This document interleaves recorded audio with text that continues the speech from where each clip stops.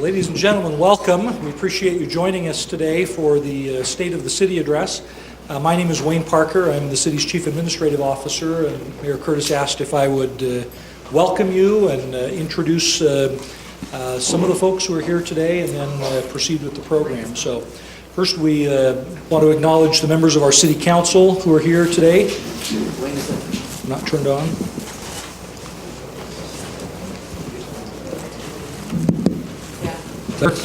Okay, maybe I just need to be shorter. So we'd like to acknowledge the members of our municipal council who are here today. Chair Rick Healy, Vice Chair Midge Johnson. We have Council Member Cynthia Dayton and Council Member Sterling Beck. If I missed anyone from the council, that's all today. So we're grateful to have you here. Just a couple of housekeeping items.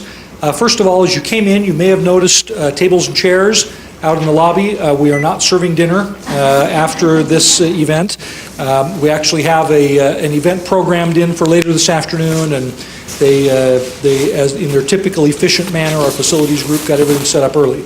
And so we do want to let you know, though, if you haven't yet seen the model of downtown Provo, that is out in the lobby. And so if you have a minute before you leave today and you'd like to have a look at that downtown model, we'd encourage you to stop and do that. I wanted to mention that immediately after the State of the City, you are welcome to go, but we've also invited the mayor and council chair and vice chair to respond to questions, and so we want to let you know that there will be a Q&A opportunity right after this.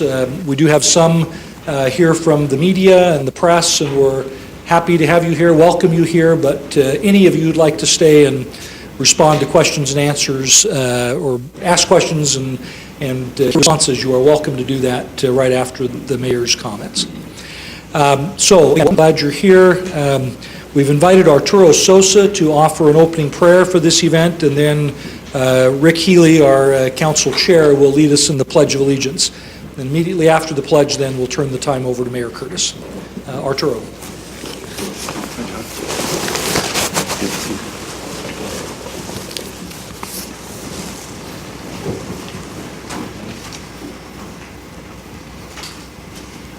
Our Father in heaven, we are grateful that we are gathered together today here in this civic meeting to listen to our mayor and to strengthen friendships and to understand and to be grateful for the blessings that we have to be in this great community. We're grateful, Father, for Provo, for the city that it is, for what it stands for the citizens, neighbors, and friends, for the opportunity that afford us all to be part of it and to be able to raise our families and to receive an education and to do so many things here. We're grateful, Father, for that great blessing. We ask, Father, that may attend us today as we take care of this event. We ask Thee to be with Mayor Curtis as he delivers his remarks. Help us to understand them and to also understand the goals of the city and to provide more help for those that serve, those that have been elected to the offices in this city. We are grateful for their service. We pray for the city council. We pray for those other staff members that do so much to support the work that they do, and we are grateful for that service. We pray, Father, for the events in which the city officials are involved in, that their minds and their works and their hands will be clean and ready to serve, and that we may, as a citizen of this city, may provide also any type of support and render any help they may need. We leave this event in Thy hands, and we do so in the name of Jesus Christ. Amen. Amen.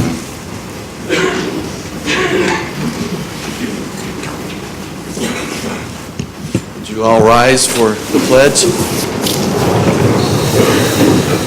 I pledge allegiance to the flag of the United States of America and to the republic for which it stands, one nation, under God, indivisible, with liberty and justice for all.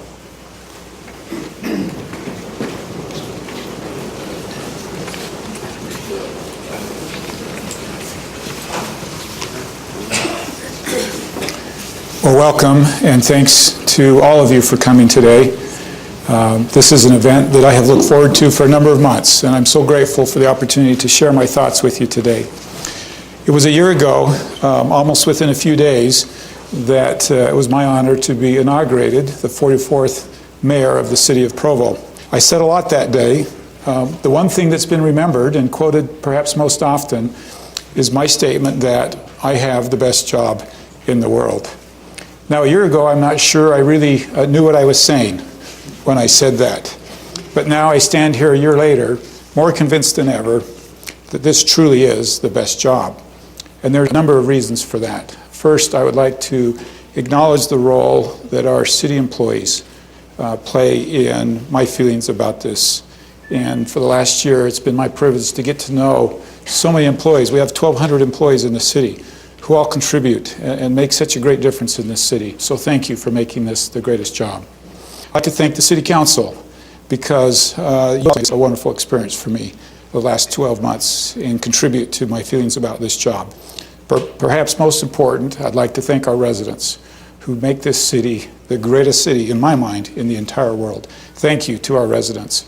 I heard a story that exemplifies why our residents are so great, and I'd like to share that with you. It happened back at Christmas time here in Provo, and was actually passed from barber chair to barber chair. That's how I heard the story. A lady was in the post office mailing packages to her children, the children were spending Christmas Day with their father and her ex-husband. And so she knew she wouldn't be with them, and getting these packages to her children was very important to her. She learned that she had underestimated the amount to mail the packages by some amount, over $100 she was short. And as she debated with the postal worker about how to get these packages there, she even offered to do work in the back of the post office if that would help get these packages. And may not surprise anybody to know that a man stepped from behind the line and came up to her, offered not only to pay the gap, but the entire amount to get these packages to her children. This story to me exemplifies why this is a great city, because of these residents. Well, I'm humbled and I'm grateful to be here. I don't know how many of you watched the football game on Monday night. Auburn had a fun victory to become the national championships.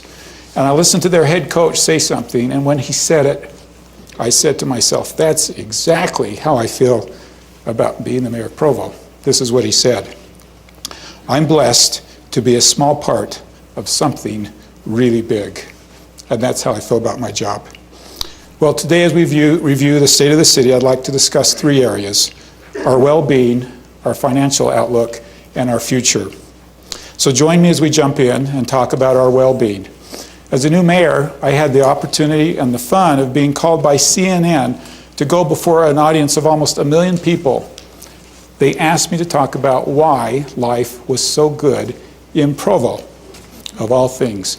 Several months later, we were contacted by the Gallup organization, who had done a survey to rate well-being in the United States. We were ranked among the highest well-being in the entire United States.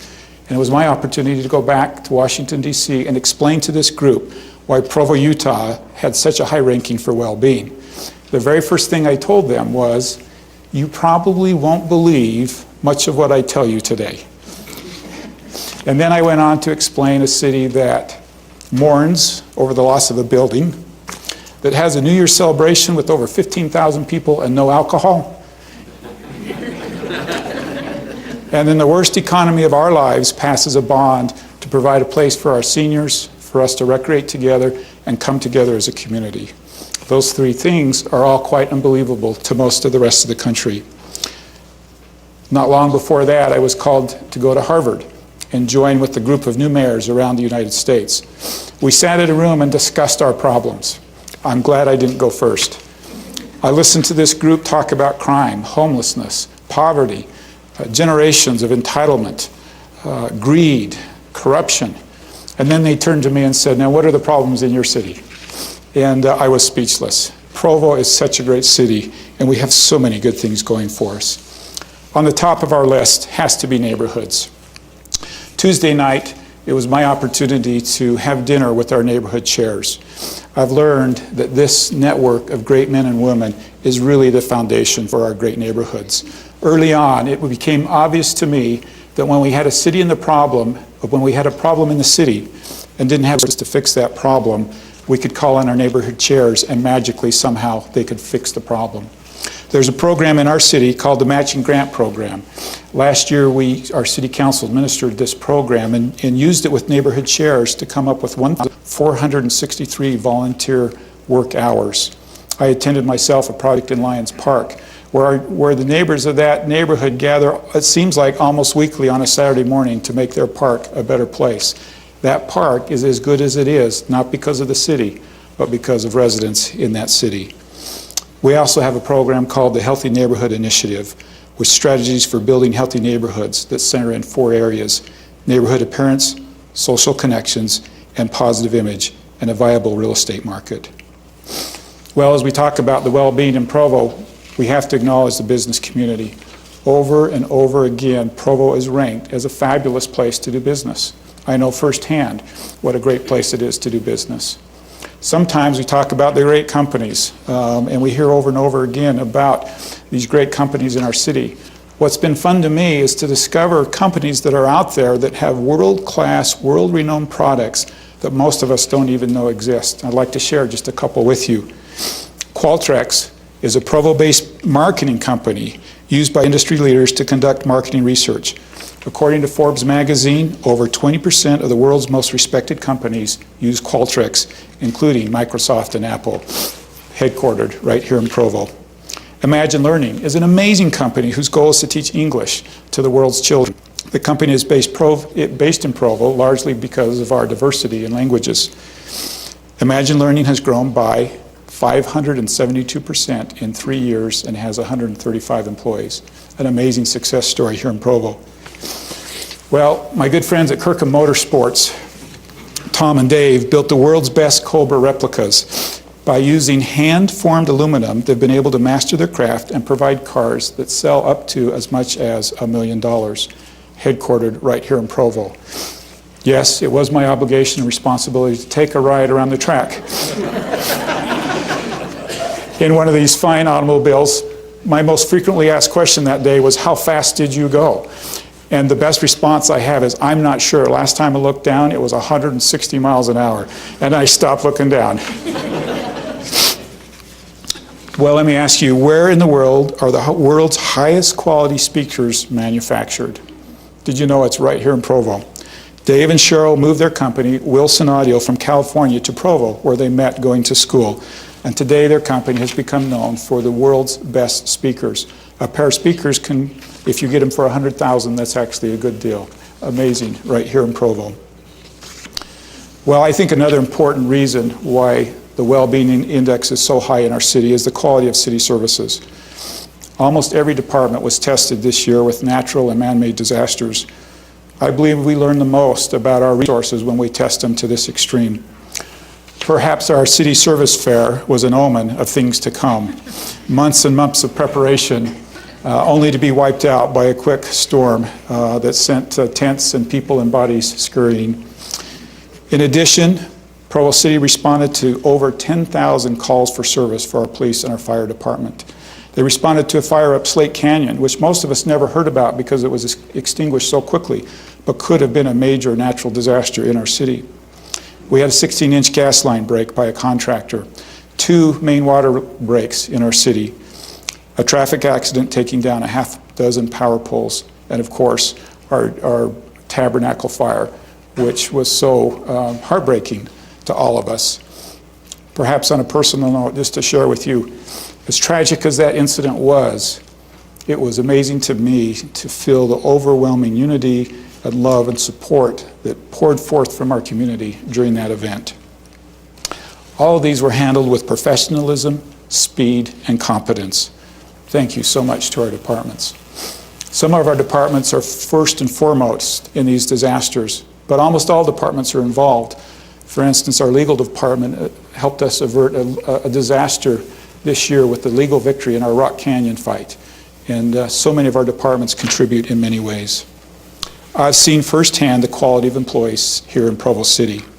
I have no hesitation looking at taxpayers in the eye and telling them they are getting a bargain for their taxpayer dollar with our employees. Well, open and transparent government, I think, is part of our well-being. I'm just curious, how many of you are here because of a Facebook invitation? How many are here because of some type of social network invitation? A large percentage of you. Do you know this is the first time the city printed no invitations to this meeting? Everything was announced through social media, through Facebook, through emails, and through the website and the blog. Sutherland Institute recently gave Provo an A ranking for our website. What did Sutherland like about the website? Quote, information about taxes and budgets, contacts for city leaders, city council meetings, minutes, audits, contracts, building permits, and directions on how to request public information. Bottom line, they liked our transparency. I've had a lot of fun this year with the blog and enjoy sharing with residents kind of behind the scenes events and feelings with my blog, and enjoy using that social media tool. We have a city email list today with 3,500 names on that email list that we can send out, alert citizens to events like this and other things that are going on in our community. And as I speak, the list is being passed for you to sign, and leave us your email if you haven't. Facebook is becoming a popular tool of the city, and we have Facebook accounts with the mayor's office, the city generally, the police, the library, the Covey Center, and Parks and Recreation. In regards to open and transparent government, this year we changed the process for applying for boards and commissions and made it much more transparent. Now residents are selected through an open process on our website. We changed the format of our budget and made it much more resident friendly. We held dozens and dozens of community meetings around the city. We reached out to our student and our young adult group by creating a student young adult committee, and have enjoyed working with them and reaching out. I've enjoyed frequent meetings and discussions with them and other students and young adults, and I'm very grateful for the outreach as well from President Cecil Samuelson and Matt Holland towards our city. Well, let's talk about the financial well-being of the city. We know that Utah is the best managed state in the union. I don't have any facts to prove it, but I'm here to tell you Provo is the best managed city in the best managed state in the United States. We are great. I've had a number of years to work with Boy Scouts, and in their verbiage they talk about being trustworthy, loyal, helpful, friendly, courteous, kind, obedient, cheerful, thrifty, brave, clean, and reverent. And every time I meet with a Boy Scout, I say, can you tell me what thrifty means? And I've met with hundreds of Boy Scouts, and not once have they satisfactorily told me what thrifty means. But I'm here to tell you, the city knows and gets thrifty. You don't have to look any further than this room that we're in to see great examples of thriftiness. This carpet that you're sitting on and I'm standing on is over 30 years old. Nobody knows exactly how old. The seats that you're on exceed that. Some of you are quite uncomfortable, have a hard time falling asleep. The seats are this old. When I was down in this room, I looked around and I found this phone over here. I challenge you, are there any businesses using phones this old in our city? No, but the city is. The handicap ramp that you saw as you walked in, we were quoted $1,500 for a ramp to put in there. Well, creative, resourceful employees went and bought $180 worth of material and built that ramp and saved the city $1,200. When I moved into my office, I found this waiting for me. This is a stapler. The last time I saw a stapler that looked this old, I was in my grandfather's office as a young boy. I don't know how old it is, but to me it's a great example and a symbol of how every dollar is important and belongs to the taxpayers. And I'm here to tell you, as a city, we are thrifty. A number of months ago, I traveled to Washington, D.C. We labored over flights because they were expensive. We found a flight to a neighboring city that was hundreds of dollars less. We had a problem getting from that city to my appointment, so Gina and I spent some time trying to find the best mode of transportation. When I got to the airport, I found an even cheaper mode. It saved the city $48. When I came back, we had a good laugh about the seatbelt that they had me use in this $48 transportation vehicle. I hopped in, and there was a 3-year-old in the seat who told me where to sit. He said, you can sit in the back, and I got in the front. And then the driver reached over and grabbed my shoulder belt and hooked it up as if the seat belt would do any good. It was tied in a knot and there was no lap strap. But a great example of how hard we work to save the city money. Our budget process this last year was thorough. The city council and administration used employee teams. a citizens committee, and an internal strike force called our Employee Budget Committee to cut $5.4 million out of the city budget. After years of cuts, we still came up with $5.4 million of cuts in our city budget. Today, the city is operating with approximately 8% fewer personnel than we were a year ago at this time. And I would challenge any of you to find a reduction in city services. People are stepping up and working hard to fill that gap. Through this process, we found a $500,000 savings by refinancing our library bond, and another $500,000 by refinancing our stormwater bond. I'm also pleased. This last year has been an unprecedented year for investment in our city. We're so pleased with the new skin expansion announced to spend approximately $80 million in our city. Across the street, we have the convention center where another $40 million of spending is happening. The Riverside Country Club is spending $12 million. South of campus, 3 separate student housing complexes are being built for almost $70 million, all with private money invested in our city. BYU just finished their recently completed broadcast building and some student housing for spending of about $70 million in our city. The amount of spending in our city has never happened at this pace before. If you've not had a chance to visit the shops of Riverwoods and see the investment out there, you need to go out there. Sue and I have enjoyed walking those streets, warming ourselves at the fire, and a tremendous investment has happened out there. I've talked so much about a beach in Provo that if you look up John Curtis on Wikipedia, that's actually what it says about me, is that I'm trying to get a beach to come to Provo.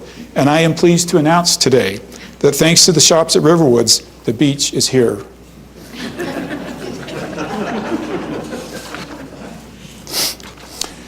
Well, as we talk about finances, we do have some challenges. This year, the council has started participating in a series of meetings with the administration to develop a long-term sustainable budget. We must be sustainable. A number of things that we do in the city are not sustainable. And perhaps as a good example, let me share with you that in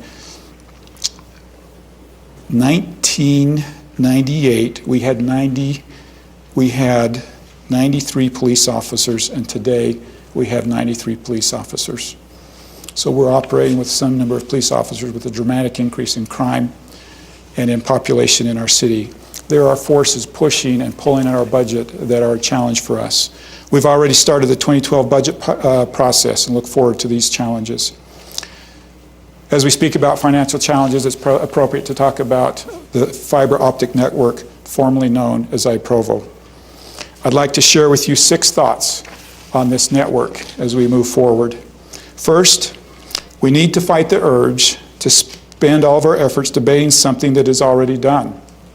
It may feel good to say it was a mistake, but it doesn't change the fact that the city did it, and we are now obligated on a bond for 16 years. Second, the cost of the obligation is bothersome, but not overwhelming. To put it in perspective, it's approximately the cost of a blue recycle can out in front of your homes. Third, while we know the current owner of the network to be strong and making improvement, we also know that they have a gap between revenue and expenses, just as the city did when they had the network. Because of this gap, we've committed to be proactive and have a contingency plan as a city. This plan is known as Plan B. Number 4, every step along the way should be done with transparency and fairness. Monday, I met with the City Council and I committed to keep them current with every twist and turn of this process. If for any reason the city finds itself as the owner of the network, any potential public offering or sale will also be open to all qualified parties without closed-door manipulation. Number 5, although we don't want to get labored down in the debate about should we have done fiber optic network, at the same time, we want to make sure we've learned from our past. And I've asked that the city prepare a document of lessons learned from this process that we can use and reflect on in the future. 6, we must do all we can to minimize the gap.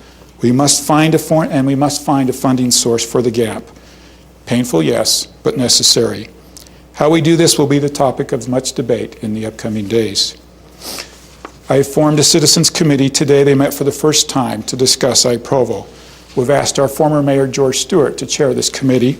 Also on the committee, Stan Lockhart, Kurt Bramble, and Bill Holderston with United Way, who will meet together to represent the citizens and make sure we're moving forward in their best interest. Also, the city today will be announcing that we have started today an RFQ, request for qualifications. This is a process that the city is going through as part of our Plan B contingency plan to make sure we're ready.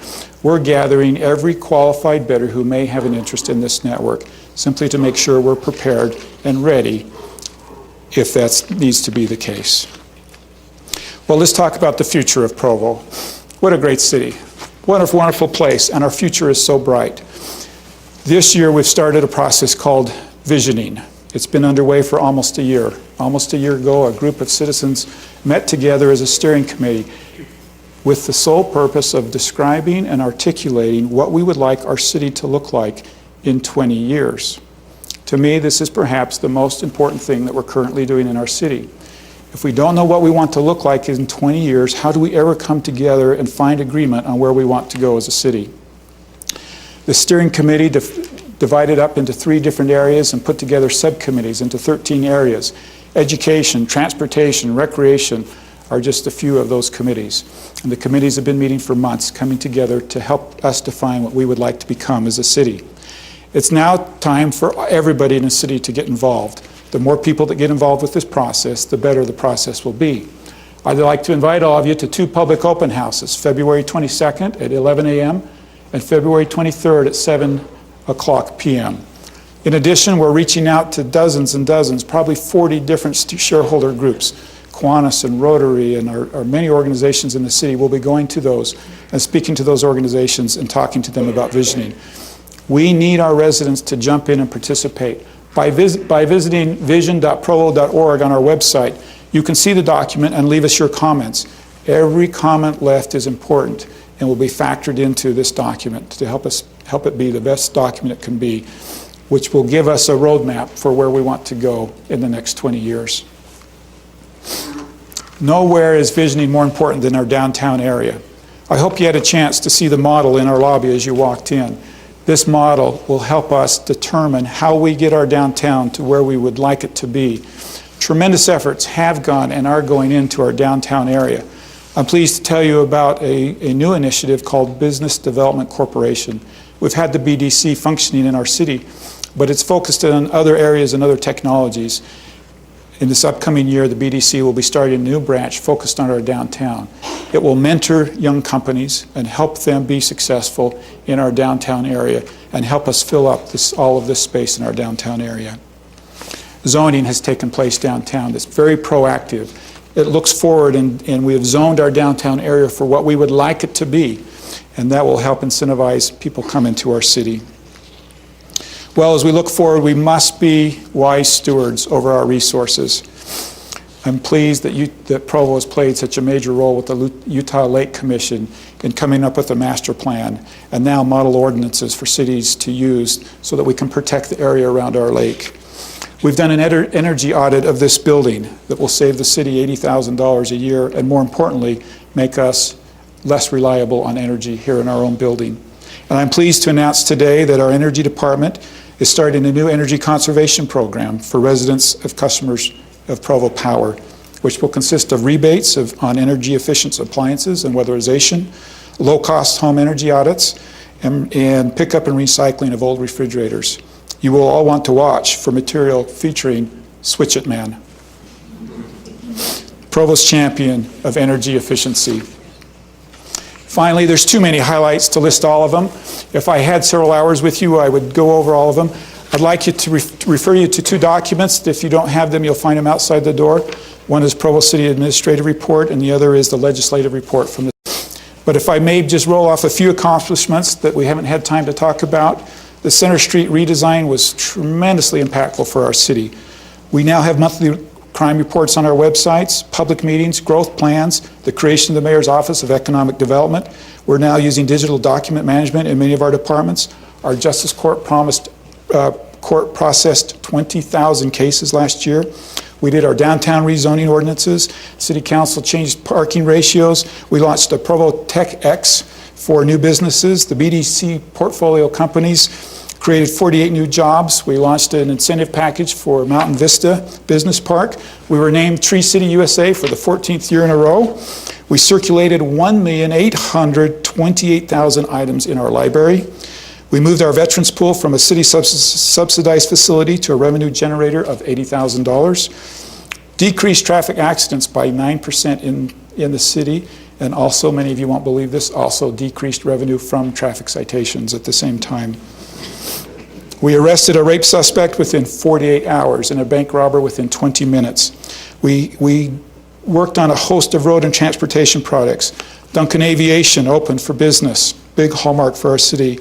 We increased the number of blue cans for the 7th year in a row, and we delivered almost 10 billion gallons of clean waters to the homes of Provo, and put through our water treatment plant 5 billion gallons of wastewater. My thanks today to the City Council. The mayor often gets the credit. He gets to stand up and have his picture taken. That's both good and bad. But any success this city has enjoyed this last year was made possible by team efforts with the City Council. In 2010, they put their hearts and souls into bolstering our community block grant funds. They've set development design standards in town, updated the neighborhood share election process, set parking ratios south of BYU campus, eased the restrictions on convenience store business development, and vacated 100 West for future expansion of New Skin. The council has also passed an ordinance banning spice and tough gang legislation. They adopted a comprehensive update to the Provo City General Plan. All in all, the City Council passed 139 resolutions and 20 ordinances. Thank you, City Council.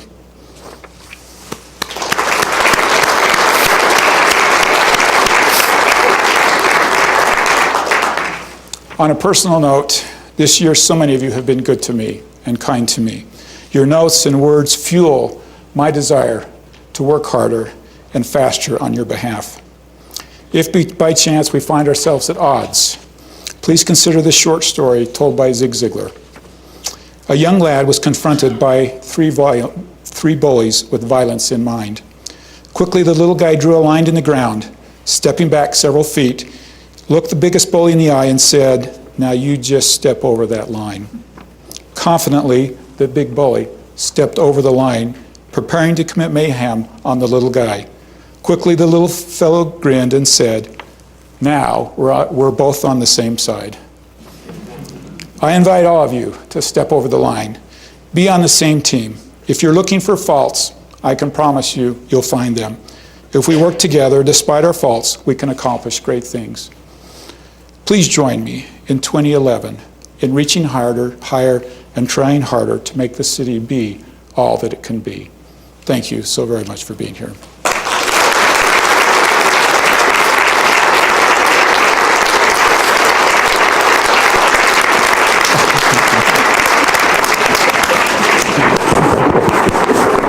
Good job. Those are great. Thanks, Thank you. Sorry, Matt, no hug. Thank you. Very, very good. Thank you. Thank you. As Mr. Parker stated, if you have questions and would like to stay, we'll be here for a few minutes and can answer your questions with the City Council.